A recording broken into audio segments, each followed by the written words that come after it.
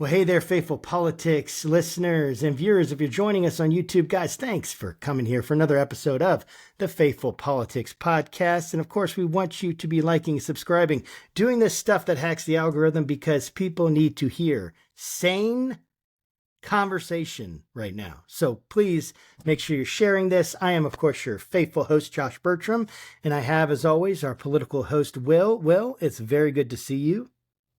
I know it is. Thank you. You're very welcome. And today's guest is Dr. Preston Sprinkle. He is a biblical scholar, New York Times bestselling author, and the president of the Center for Faith, Sexuality, and Gender. He earned his PhD in New Testament from the University of Aberdeen and has taught at universities in the United States and the UK. He hosts the popular Theology and the Raw podcast and writes widely about the intersection of scripture, theology, and contemporary culture.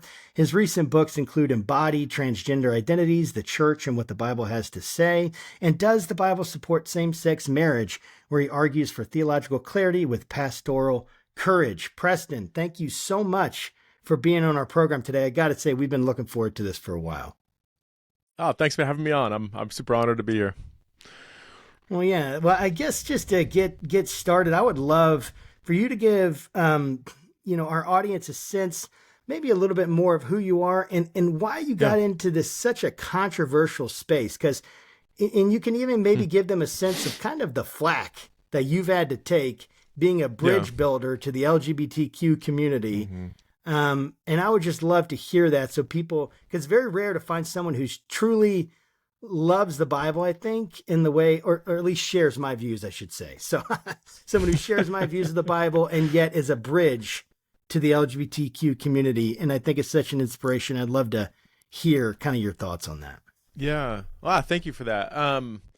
I started my ministry / career as a Bible scholar. Like when I got saved, when I became a Christian at 19, I just wanted to study and teach the Bible, and so went through a bunch of education to understand the Bible, and then taught in the college for a number of years, and I really absolutely just love the academic side of biblical studies, writing and reading articles that nobody can understand, that nobody's going to read. Like, I love that world. But I fell into... I understand. Yeah, before I became a Christian, I hated to read. Like, I was an athlete. The only reason why I was able to become a scholar is because I just love to study and I'm curious, but I don't have any natural, like, scholarly bent, like, I remember just, struggling through my PhD program. And, but I love to learn and study. And so I put the work into it, I guess. And, but I always maintain that kind of just normal person way of talking and writing. And so as much as I love the academic world, I also get a little annoyed at how it almost seems to go out of its way to be unclear and sound smarter than you really are, and come up with new ideas that, are more novel than maybe true. And so I over the last, maybe like 14, 15 years, I really fell into the space of kind of bridging the gap between the academy and the church. And most of my books in that era were, heavily researched, but also just written in what I would hope to be, really down-to-earth colloquial tone. And so I love to interact with ideas that are disputed in the church, that people are wrestling with, that people have... strong opinions, but maybe not the study to back those opinions. I've always been passionate about making sure my passion for a certain viewpoint matches the depth of my study. So if I haven't really studied something really thoroughly, then I'm like, here's where I lean, but I could change my mind. I haven't really studied it,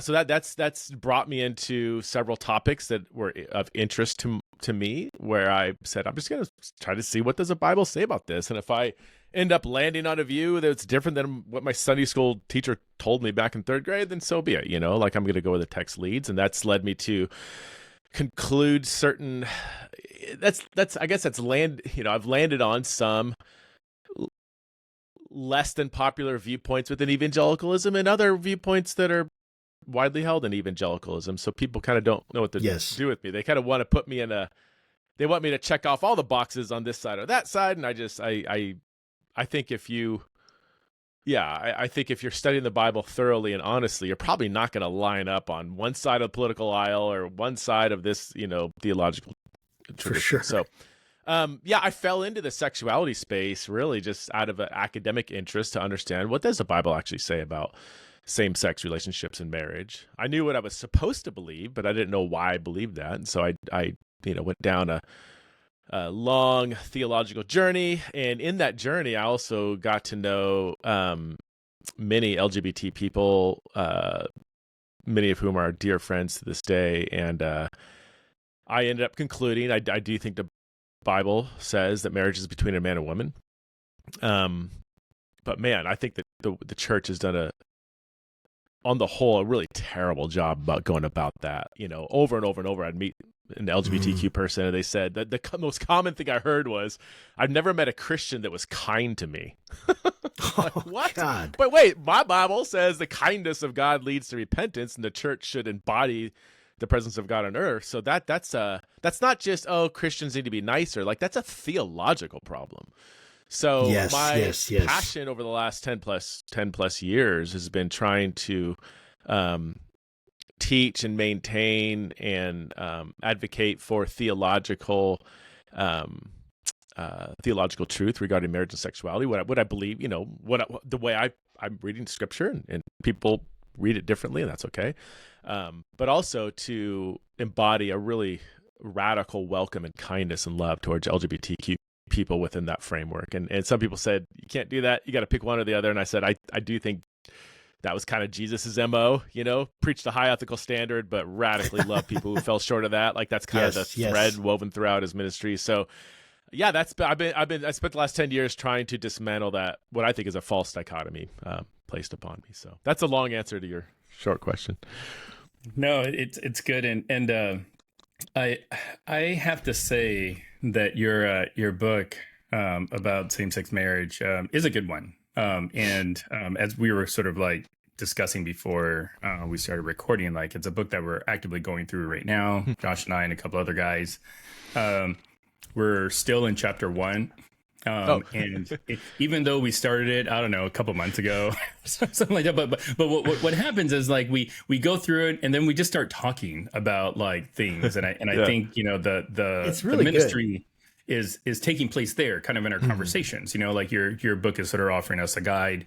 We're kind of talking about what it means, how do we apply this, so on and so forth. But at the beginning of your book, you referenced Jonathan Haidt and sort of like his research on motivated reasoning. And I will tell you that I had known about Jonathan Haidt's work kind of on the edges, but never really dug into it. But your inclusion of his work in the beginning of your book really kind of like, it rocked me. Because what I started doing was like, I've read The Righteous Mind 3 times. Oh, wow. Already. Okay. Yeah. And then I started reading, like, the calling of the American Mind. And then I read Greg Lukiana's book, Counseling the American Mind. And then, like, I'm reading The Anxious Child, I think. Anxious Generation.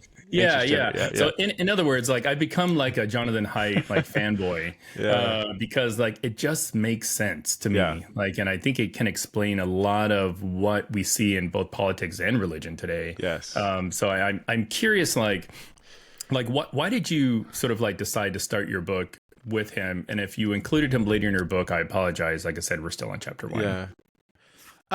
That's a great question. I don't know if let me let me say, first of all, the book you guys are reading is kind of a sequel to my first book, People to Be Loved. People to Be Loved was kind of my really broad layout of how I'm approaching the topic. So it weaves in a lot more like pastoral concerns, my exegetical journey. That came out in 2015. And then I've, been speaking a lot on the topic, and I get all these pushbacks, right? So the book you guys are reading is kind of like me reflecting back on my interaction with this conversation. And, the book is primarily, you haven't gotten there yet, but primarily going to be focused on all of the theological pushbacks to the traditional view of marriage. But, over the years, I've realized that in this conversation and in most divisive conversations, how you go about talking to people on different sides is almost as important as the content in which each person is arguing for. And, I read Jonathan Haidt's book, probably the Righteous Mind. I think it came out in 2013. I probably read it maybe 2018 when I was in the middle of in different, I'm in different spaces where people have different views on sexuality, and I'll be in one space and I'll say, here's what I think the Bible says. And everybody's like, oh, it makes total sense, blah, blah, blah. And then I'll be in another space, say the exact same thing. And they're like, you're a heretic, you're a homophobe, or you're woke or whatever. I'm like, wait, I'm just said the same thing. These people everybody has a brain. They're reasonable. How come my cognitive articulation lands in this space, but not in this space, How come I can say, I think we should love LGBT people and care for all people made in God's image? And in one space, people are like, that sounds like Jesus to me. In another space, it's like, no, that's not, you're sacrificing truth on the altar of love or something.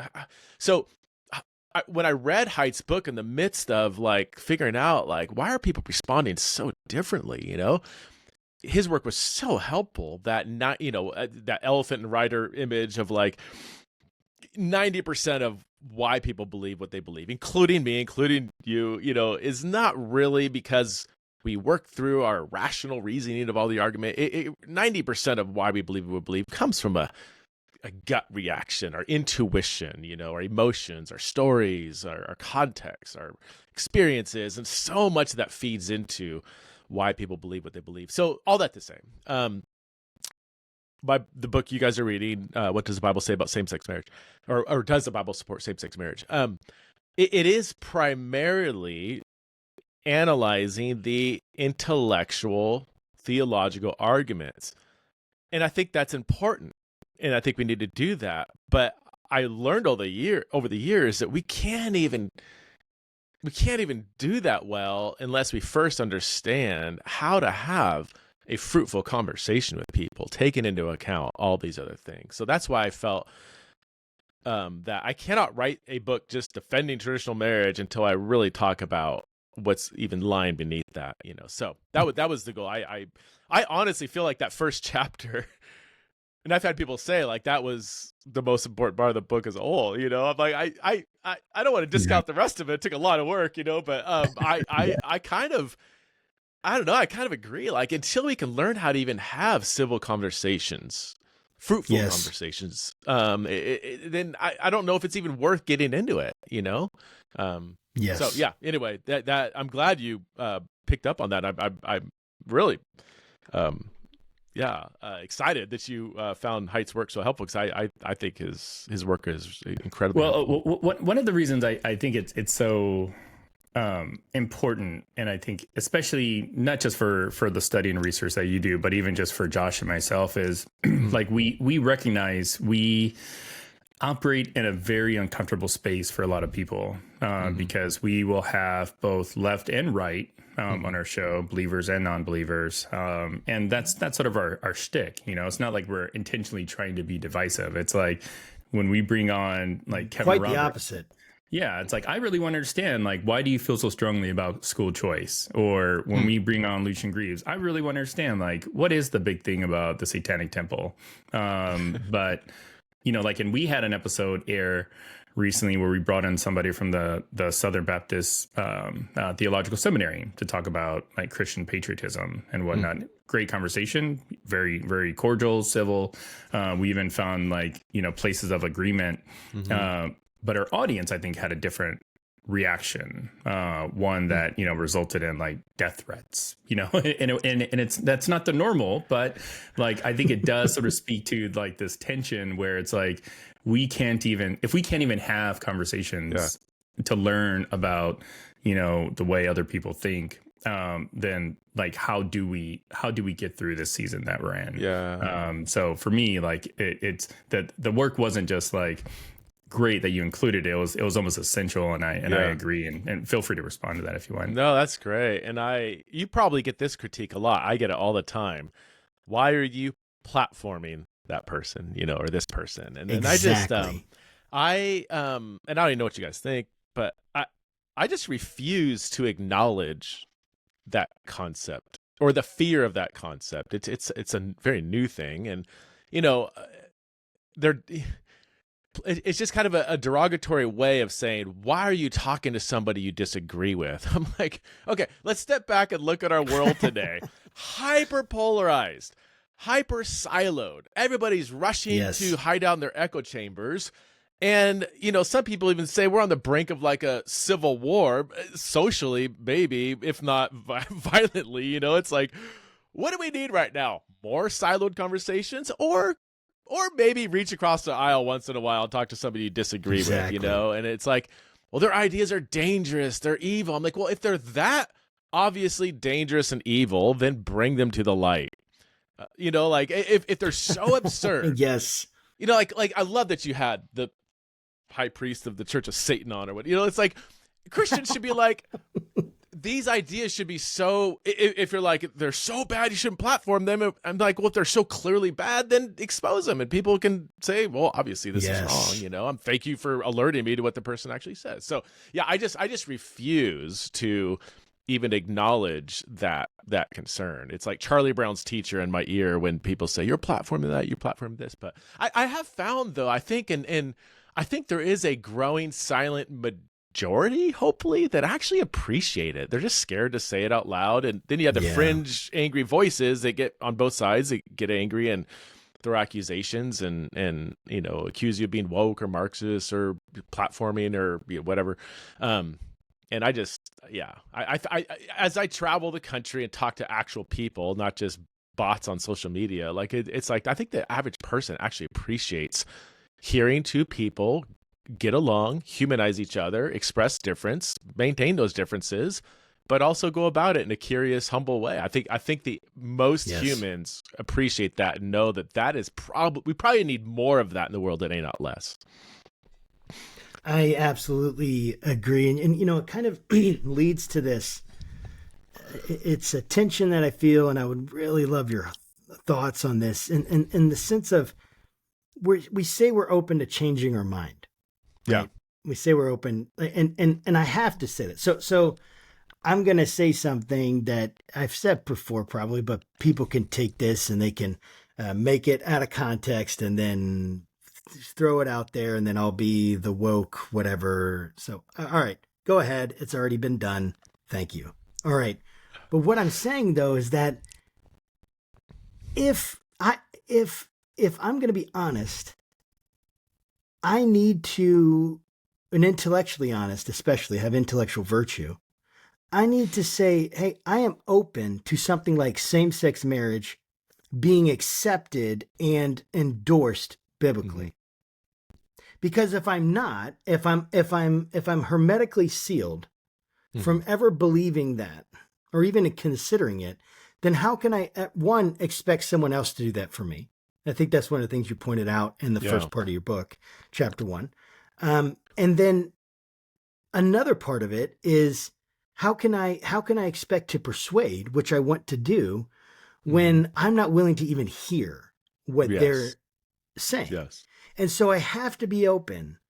And yet it's very difficult for me, like trying to imagine myself coming to the place, for instance, where I felt like the Bible was teaching that same-sex marriage is a holy union on par with, the traditional view or biblical, whatever you want to call it, marriage between a man and a woman. I can't imagine myself getting there. I don't know the argument that's going to take me there, but at the same time, I can't say that that argument doesn't exist or that there isn't reason for me to think about it. And maybe it doesn't exist, but it's like, so often, I guess the tension I'm getting at, because we had Matthew Vines on, and he basically made that argument. And I think you've been in interaction with Matthew Vines, and he makes that argument. Hey, this is fully acceptable. I believe in the authority of the Bible. I believe in the inerrancy of the Bible, and I think we need to. So he was keeping all those things, and then bringing this argument. And I wasn't convinced, but I was compelled. If that makes sense. Yeah. What in your mind? What would count? Like, how does something change your mind? better biblical arguments, data, church tradition, pastoral fallout from real people. And maybe obviously it's probably all of those in some way, but I'd love for you to like, how can we be open? My mom used to say, you have an open mind, your brain's so open, your mind's so open, your brain's going to fall out. So what, how do we balance that? I hope that that's clear. That's such a, I mean, that we could refract that question through many different angles that would probably take us the rest of the time. It's a fantastic question. And where do I start? I strive to be aware of my biases, the stubborn corners of my belief system. I try to be aware of that. So I want to acknowledge that there's forces at work inside of me that are probably resisting change in my beliefs. And I think if we don't admit that, then I think we're being naive. And yet I think once you do, if you're honest with yourself, then I think that positions you better to be as fair-minded as you can. For me personally, I think, so the question, what would change my mind on whatever, pick a topic. For me, I think it comes down to temperament. I think it really does depend on the temperament, personality of each individual. So I'm very self-aware that I'm extremely left brain, like very just I that's my pedigree, right? I mean, I love these intellectual, rational arguments. I don't live in a denominational space or a ministry space or a church space that's kind of controlling me to, for the most part, I would say. For the most part, I swim in diverse waters. I'm my own boss. I wouldn't get fired if I held to certain views. Well, now, I mean, there might be ministries I'm involved in now that have been built on prior positions that would be affected. But let me give you an example. So I just finished a book on women in leadership. It comes out in March, and I began the book. I wrote the first chapter. You love hitting the softballs, don't you? Well, I just opened up a whole new door to walk through. My point is, I began the book totally neutral. And I said, I know people laugh at that. They're all like, well, you have a leanings, you're biased, blah, blah, blah, blah. I'm like, you know what? All I can say is in my heart, I don't have, at the beginning of my study, I don't have any leanings. You could trust me or not, whatever. Maybe I'm being self-deceived. But also objectively, if I land egalitarian or complementarian, I'll still attend the same church. I'll keep all my friends. My board is mixed on the topic. It's not like I'm teaching at Southern Seminary where you have to be complementarian, otherwise you lose your job, or I'm teaching at Fuller Seminary where you have to be egalitarian or you lose your job. Like, nothing in my life is going to change wherever I land. So just, there are some socioeconomic factors, socioeconomic and ecclesial, hopefully those aren't too big of word, objective socioeconomic ecclesial factors in my life that none of them are determining where I'm going to land.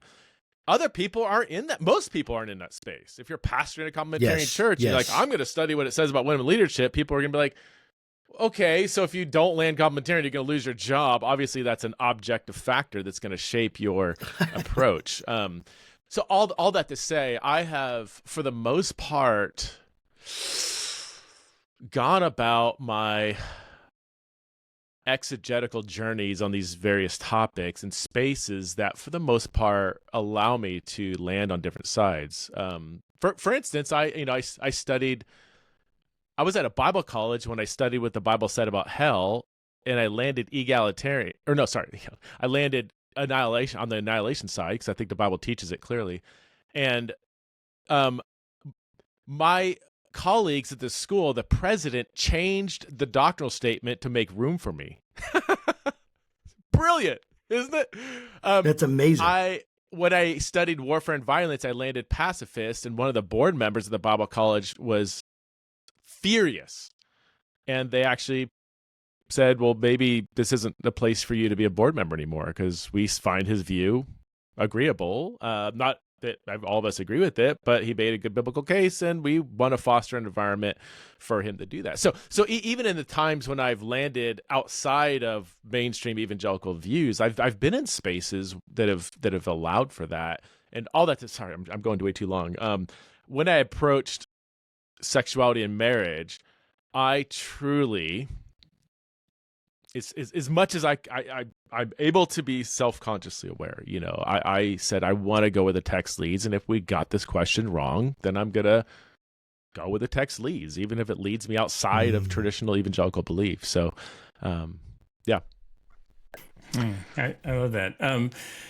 So for the podcast, Josh is the resident theological Bible scholar. I am sort of the political like junkie. So like if you want to know how much Trump's former campaign manager Paul Manafort spent on an ostrich coat, like I'm your guy. Like because right. It's 15,000 by the way. So like nice. I say that not only to be funny, but also just to prove that like the level of theological depth that I have is nowhere close to any of you two's. So one of the things that Josh and I often discuss, like off camera, off mic, is like, why does the Bible have to be so hard? Like he went to school for it, so do you. I've got a degree, but it's not in Bible studies. It's in occupational safety and health. Anybody wants to know anything about OSHA, I'm your guy. But like you did a whole bunch of research. You wrote a book about same-sex marriage, sort of the biblical views. I would say your lay Christian probably doesn't have the educational pedigree or know-how to do that. So like when we hear things like, there is absolute truth or the Bible is true, it does seem like it's truer to people that do research. So I'm curious, like, how does like your conclusions, about what you learned about same-sex marriage, like, make its way to somebody like me who naturally just thinks same-sex marriage is fine. Like I don't necessarily have any sort of biblical grounding on how I feel about it one way or another. I just think, hey, Jesus wants us to treat people like people. And that's one way that our society is determined. People are actualized. So like help me make sense, for a non-Bible scholar to really understand like what the Bible says without having to do all the academic stuff that you've done. That's a fantastic question. I love that question so much. I get this a lot whenever I dig into a passage and I unveil the historical background of the Artemis cult in Ephesus, and that's how we understand 1 Timothy 2. And people were like, "I'm just a normal person. Like, how am I supposed to understand the Bible then?" Yeah. And I don't. Can I just wrestle out loud with you guys, because I don't know a satisfactory answer to that, because on the one hand. And people freak out when I say this, but I'm like, the average person can't understand the Bible without human mediation. You can't. In fact, for 1,500 years, 90% of people were illiterate, so they couldn't even read the Bible for themselves. They couldn't own a Bible prior to the printing press unless they're really wealthy and had somebody, transcribe it and read it to them and stuff. And the Bible is written in ancient languages that aren't around anymore. So we need human mediation to even now read the Bible in our English translation, but that's like you're dependent upon Greek and Hebrew scholars and Aramaic scholars to tell you what these Greek and Hebrew and Aramaic words mean. So sorry to burst your bubble, but you need really smart scholars and scribes to stand between you and this ancient text. But guess what? That's true of any ancient literature, any ancient religious literature. I can't read the Quran. I don't understand Arabic. There's textual difficulties in the Quran. I got a friend who's doing a PhD in text criticism in the Quran, and he's like, yeah, you have the same issues with the Quran you do with the Bible. Different manuscripts, and so that's just any approach, any modern person trying to access an ancient religious document we're all up against the same problems. Or if you want to read Plato or Homer, at the end of the day, the Bible didn't fall out of heaven. It is an ancient document written by ancient people in certain contexts, and we're struggling in a community of people to try to understand what it says. Now, that's the bad news I get. Well, not bad news, but that's like the complex news, I guess. But world's worst commercial for Christianity or religion, or religion. Or non-religion. I mean, okay. So I mean, does it? Okay, say someone says, okay, and that's why I'm not going to embrace religion. I'm like, okay, what? Okay, tell me about the other option. Is that any simpler? Do you understand the second law of thermodynamics and evolutionary theory and all evolutionary theories and all the things that come with non-religion? Yes. Like, is anybody going to be able to just on their own just understand that? You have to read through a wealth of stuff to really get down. If you're like, I want to know it for myself. Like, we're always dependent upon people who have gone before us and have done the work. And that's just the world we live in, you know? So let me say this, coming back to same-sex marriage. It is worth considering that within all of that, and this isn't like a primary argument, it's more like an observation. Global Christianity, historic global Christianity, is insanely diverse in its belief system. I mean, we can't even agree on what books belong in the Bible. There's different understandings of salvation. No one agrees on like end times, role of women and men. I mean, just like Christianity is a religion that probably more than any other religion is just filled with disagreement.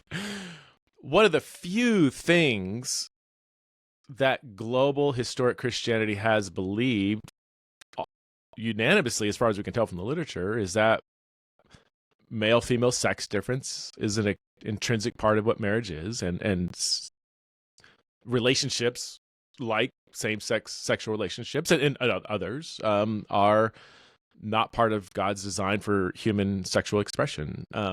Coptic Christians, Greek Orthodox, Russian Orthodox, Christians in Africa, Southeast Asia. I mean, wherever you go.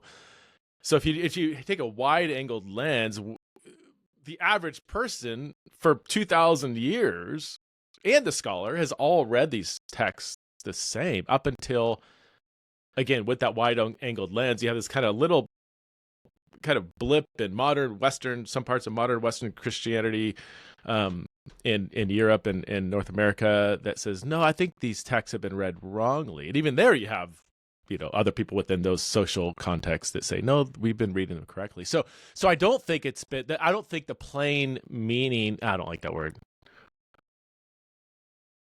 I'll just use it. I don't love it, but I'll just use it because I'd already said it. I don't think the plain meaning of what marriage is has been like hidden behind scholarly towers, you know, hidden up in scholarly towers. We're dependent upon the elite scholars to tell us what it means. It's like, no, I mean, global Christianity have, you know, from the elite down to the peasant have understood these texts to say the same thing. So, yeah, that's not, okay, end of the story, but it's like, it's really to answer your question. I don't think that this is the basic teaching of marriage and same-sex relationships have been like hidden from the church, or and even, sorry, one more thing. There's even throughout human civilization, there's a secular book by I think Stephanie Kuntz. It's called Marriage: A History or something like that. And in every human civilization, even ones that embraced same-sex sexual relationships as not immoral, when it came to marriage, they said, well, obviously this is, you know, for a man and a woman, or a man and women, you know, but even polygamy is grounded upon sex difference.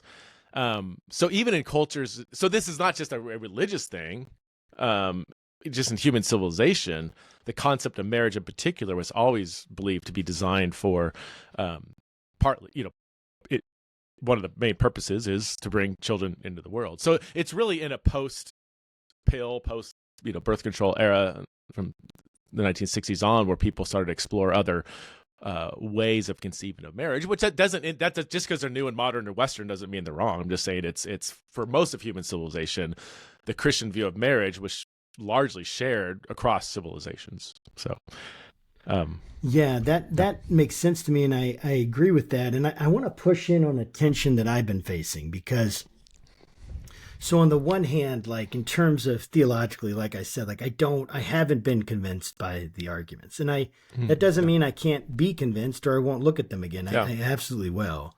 And there's some that are, like you said, some that are better than others. There's some that are like, that's a great argument. Absolutely, absolutely. And so I'm gonna say this, and I struggle to say this, but so one of my first interactions, and I'm just gonna keep names out and all that. The first time I ever even understood what homosexuality was, I was very young, and essentially I didn't know what it was, but I was told that this is what happens. It is very descriptive on, like, same-sex sexual acts, and then not descriptive, but like for my little brain, it was descriptive enough. We'll just say that. And then the idea was that they're dangerous. They, men will take boys and do sexual exploits with boys. That's not how it was said, right, to me, but essentially, and I remember being scared for at least a week that I was literally going to be taken. I would be scared every day I go to school. I'm going to be taken by a homosexual, like literally. And thinking back on that shaped, and then I'm sure that was reinforced, right? It had been reinforced before without knowing it and reinforced later. And thinking about this, it colors my view of sexuality very deeply.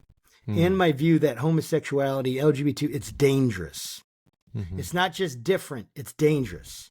Yeah. Right? So that was in my mind. And then that led me to this day, have this, if you're talking about the elephant and the writer, the elephant is always a little scared to enter into the conversation, a little scared to even admit. And so the elephant, when it's like, oh, we're starting to admit that this could be maybe potentially okay, like it's freaking out.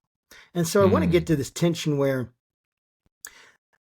theologically, I am very much, I think, on the same page with you that, I don't see how you can make the arguments theologically. I understand how something like, Sodom and Gomorrah could be seen as a prohibition against rape and inhospitality within the culture. And those things need to be considered, right? That kind of violence, coercive act, that's not the same. Gang rape is not the same as a monogamous, a loving relationship between two men or two women. So I just throw it right.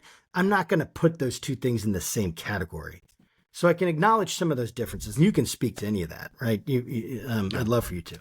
But what I'm kind of wrestling with, though, and in the rest of the scriptures, though, I just don't see where you can get it. And then you have some authors, like I think it was Luke Timothy Johnson, and then later on, the names are slipping, but Hayward or that's Hayes, not it. But Hayes and Hayes, Hayes, yes, exactly. Yeah. With this kind of idea that, hey, we got it wrong. And, the Bible maybe says that, but we need to, there's this like almost like principle or hermeneutic of expansion that's within the New Testament that we should acknowledge. And so, but I'm not convinced by those. But the tension that I'm bringing is, here's on the one hand, church theology, and then on the other hand, it's civic, living with other people. Right. And so my tension is, in a pluralistic society, should I be like, is my expectation that those kinds of relationships should not be allowed? I don't feel that way, actually. I have a brother-in-law who's married to a man, and I love him, and I love David. And it was very hard for me when that happened. But that's not their issue. That's my issue. So I'm working through that. Right. But I care for them, and they love my kids, and they're, you know what I mean? Like all the things, like why would I hate them? Right. I mean, why would I want ill for them? And yet at the same time, there's a sense that I do think that, like, why does the government care about our relationships at all, except if they're producing children? And that's kind of like, for me, like, why does the government care? Do we really want the government caring about our personal, intimate relationships and putting regulation in those? No.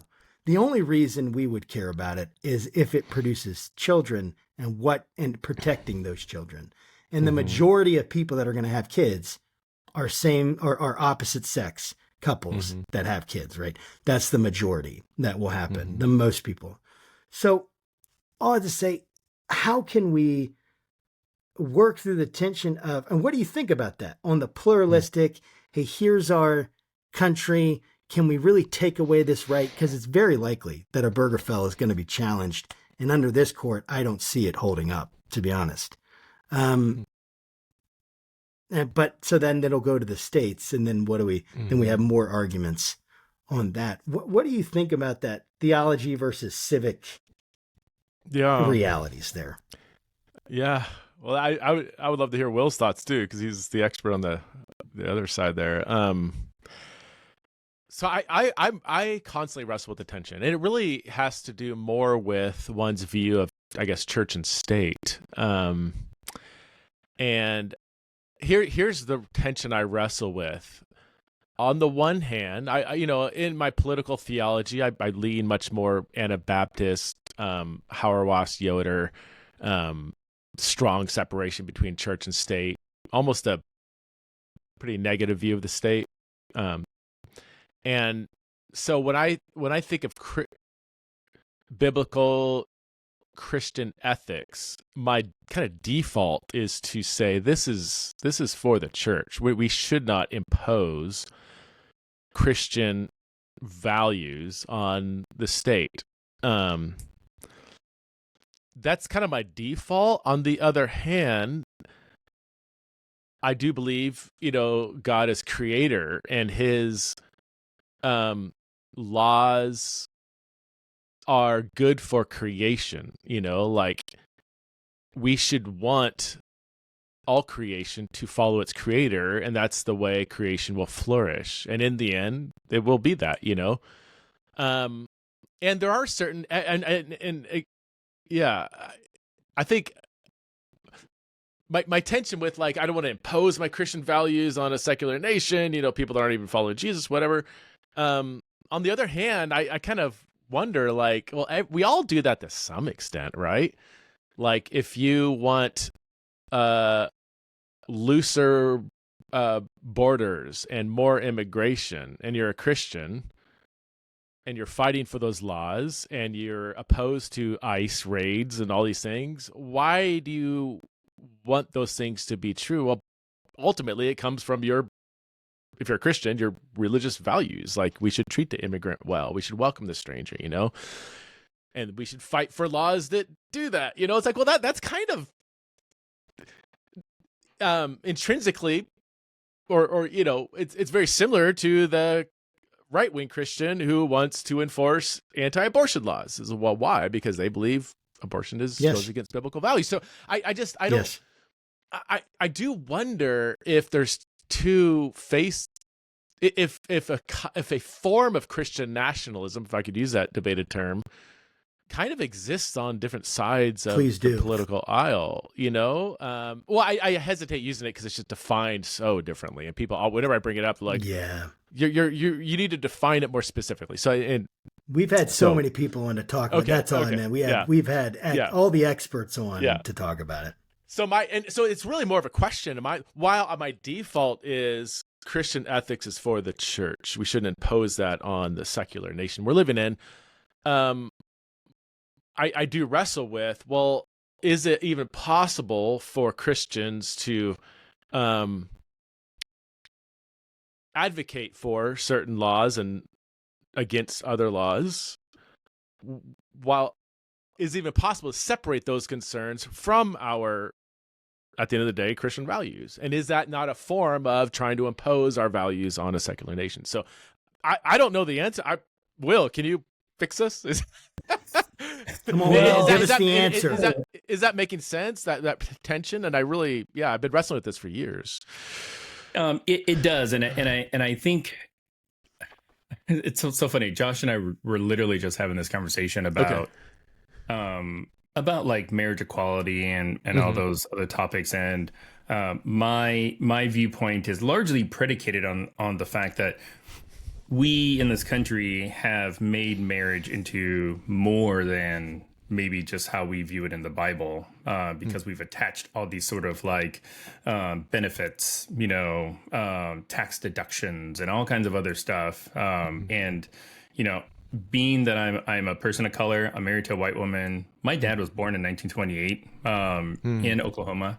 And growing up, like I would hear stories about just sort of like the issues he had. And my mom is Vietnamese. So mixed race couple, couldn't have gotten married, before 1970 in this country because of laws, and it's like what that does or what that means to me is like, okay, so you get sick or your spouse dies, like that's basically it if you're not married, right? Like you lose kind of all those benefits, all those like life insurance. I had an older kid.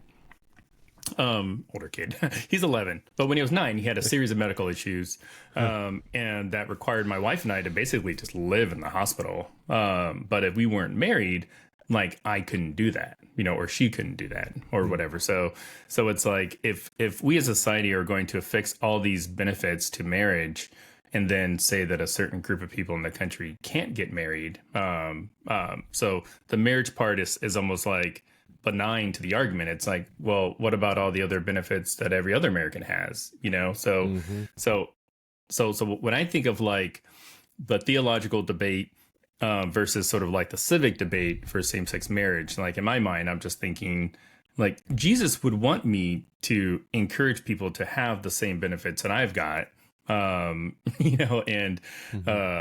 it shouldn't matter whether they're same-sex couples or mixed race marriages. At least that's where I'm coming from. And if there's holes in that argument, I'd love for you to expose them.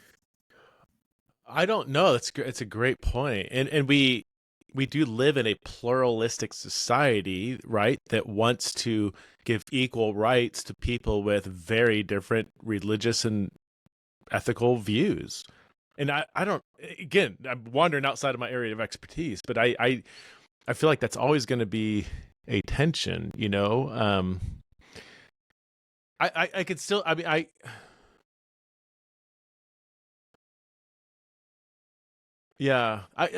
wonder if there's certain areas where it does get a little trickier with like things like abortion. I mean, if some people's worldview believe you're literally killing an innocent person, like that should never be legal ever, Another person says, well, it's female's right to her own body. She can make the choice. And it's like, those are vastly different worldviews, and they are diametrically opposed to each other. So I could see where somebody would fight. If you believe this is murder, you should say it's like innocent people should not be murdered. Everybody agrees on that. You should live here if you don't agree. Like we can't just run around shooting homeless people or, killing kids because whatever. I could see where somebody would fight to say, this isn't just my Christian value. This is just a common human good. The debate is it, murder, of course, and stuff. Yeah, so. I often, when it comes to debates, especially about abortion or other things, it's like, what's sort of the one question that would better kind of frame the argument? And with the abortion debate, I've always said, like, if your definition of where life begins is different than mine, we're always going to differ on abortion, because there is no singular definition for when life begins. And when we had one of the country's leading experts on IVF therapy come on. It's right around the time Trump was promising like free IVF treatments to everybody. So we brought him on, just talk a little bit about what the mechanics of that would look like. And then we asked him, like, is there any sort of unanimous medical, literature that says exactly when life begins? And he's like, no. And I'm like, yeah, I didn't think so. And that's a problem for the abortion debate, because to your point, I think that we can all agree killing babies is bad. Right. I think if you ask a left-leaning person, right-leaning person, should we kill this baby? No, Right. but then if you ask, like, well, when in this baby's growth did it actually become a quote unquote baby?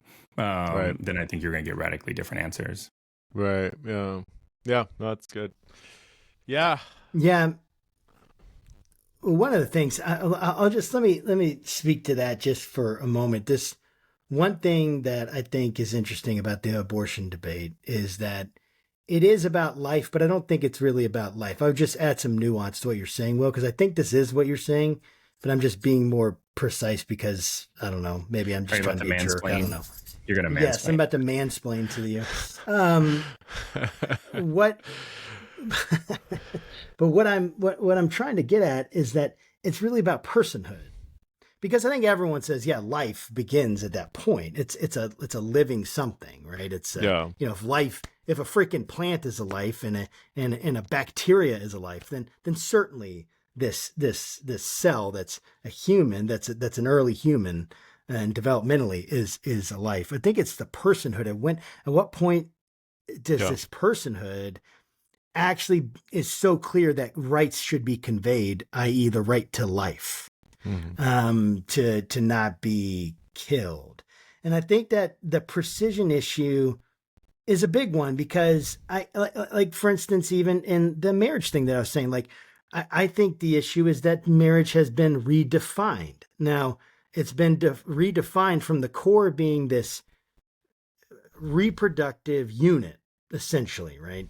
To this is about, marriage is not about the family unit and because of this reproductive act that will lead on most occasions, naturally, on many occasions, to it's the way that we produce life, to another one where that can't be produced unless it's some kind of medical intervention by default. And that moves the core of marriage from the needs of children and families to the feelings of adults or preferences of adults.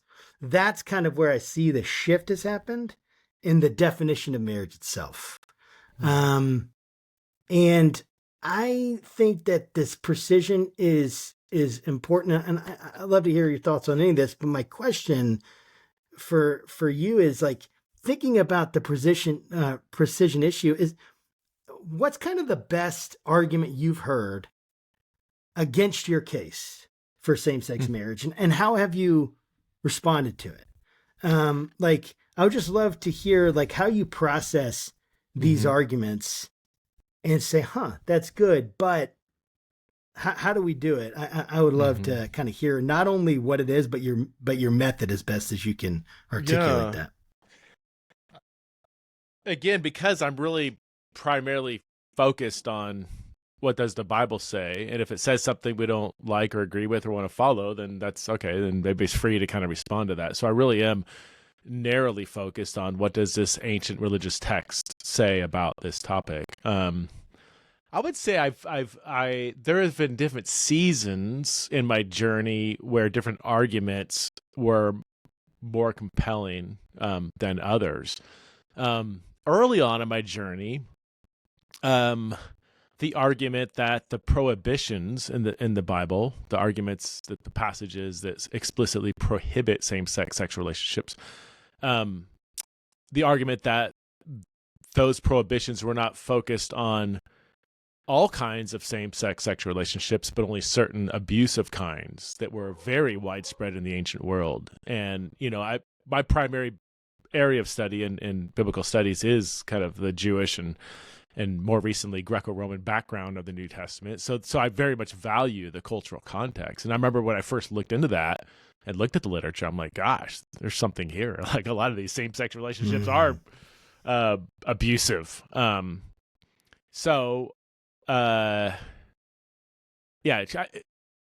Quickly.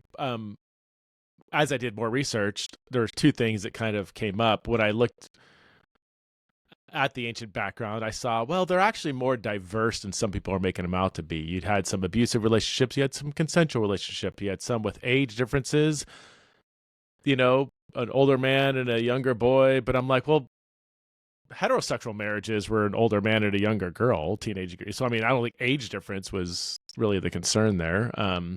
And you had some evidence of consensual same-sex relationships, So that argument was compelling for a little bit, but then when I looked into it further, I didn't find it as compelling as I thought. The biggest, honestly, for the most important argument for me is not even those prohibition passages. It's, what does the Bible say about marriage? specifically, is sex difference an intrinsic part of what marriage is? That, to me, that's the fundamental theological question to ask. When the Bible talks about a one flesh union I agree. or a marriage, is it two humans that are consenting, or is sex difference an intrinsic part of what marriage is? And from various passages and theological arguments, I see it consistently taught in Scripture that sex difference is part of what marriage is. I would say more recently,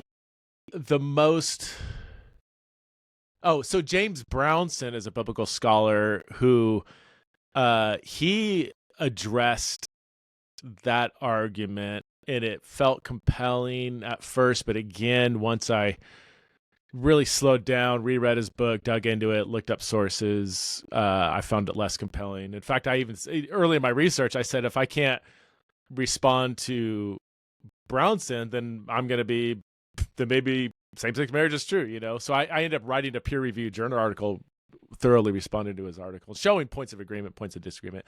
More recently, I would say the work of Karen Keen, Keen, is probably the best, I think, approach to defending same-sex marriage. It's a very cautious argument. It's a very nuanced argument. She looks at the hermeneutic of Jesus, who affirmed certain Old Testament laws, certain goods, but made exceptions to those prohibitions.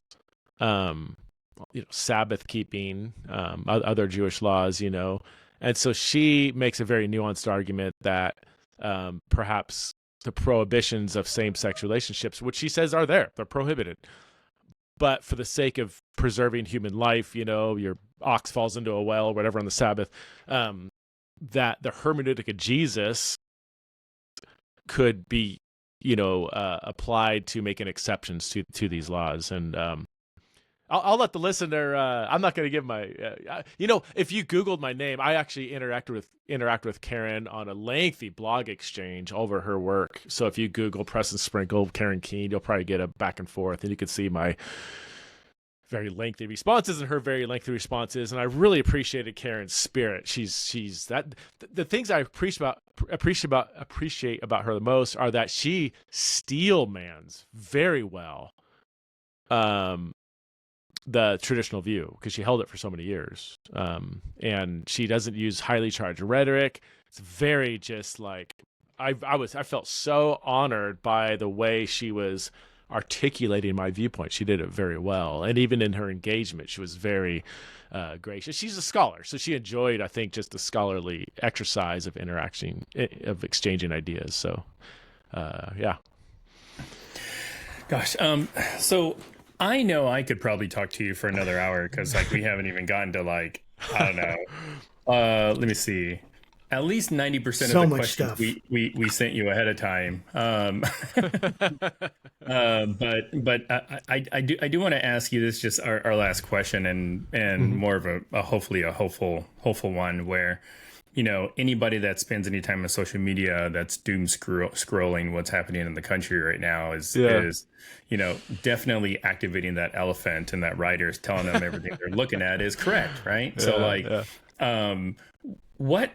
What practices, or what do you recommend, believers or non-believers alike, do to just, I don't know, just have hope, to see the beauty in the world? Because I definitely think it's something that we're desperately missing, and we've gotten into the habit, actually, on the show, kind of somewhat organically, to just ask all of our guests, what gives you hope?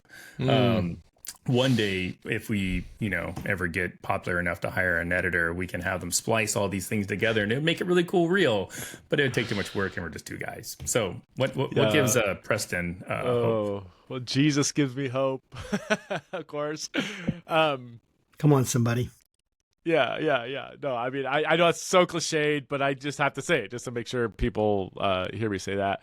I would say, on a really down-to-earth practical level, when I live my life online, I have less hope. When I hang out with real people face to face, I've got a ton of hope.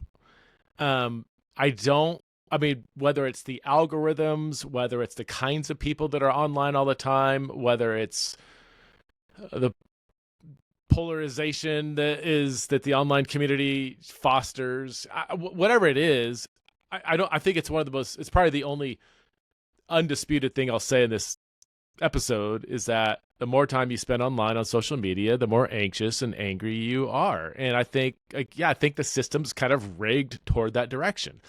When I hang out with regular people, it's most of the time an extremely pleasant conversation. I find that to be very reasonable.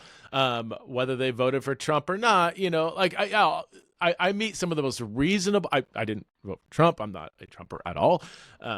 But I've got friends who did, and they sound and look nothing like how the anti-Trump online community makes Trumpers out to be. All these J6ers or racists or Nazis, all whatever. I'm like, I meet people that like they're not that at all. Like they are the furthest thing from a racist. They, are not all the bad things that people say about Trump, and vice versa.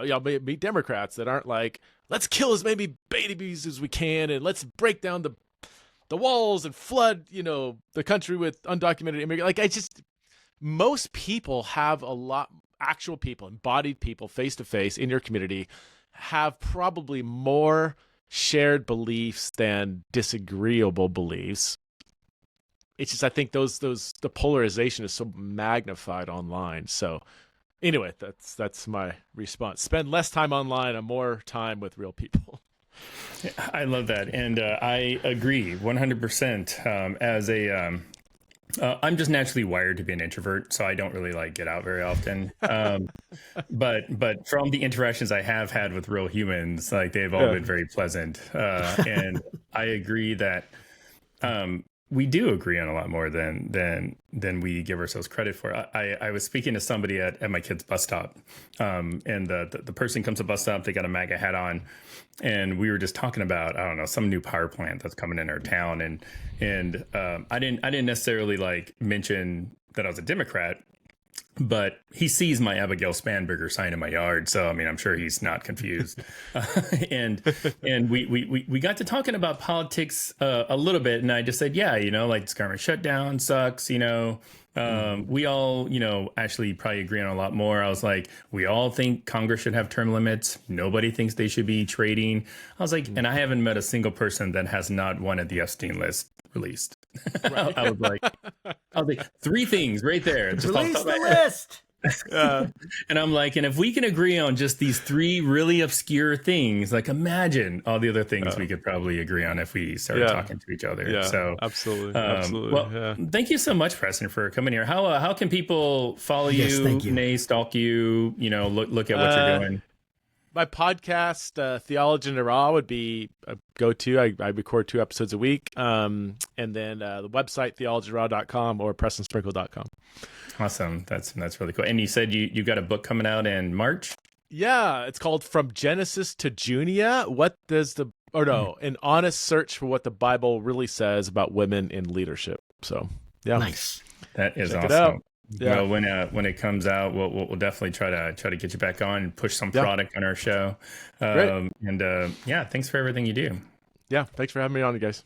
And to our audience, hey, thanks again for stopping by to visit us. Make sure you like and subscribe, do all that kind of fun stuff that my kids would appreciate, because all the people they follow have millions of subscribers. They don't really watch Mr. Beast anymore. They watch some other character. But yeah, help us out. Help me be a father, a good father in my kids' eyes by liking and subscribing to this podcast. And as always, make sure you keep your conversations not right or left, but up. And we'll see you next time, guys. See ya. You can hit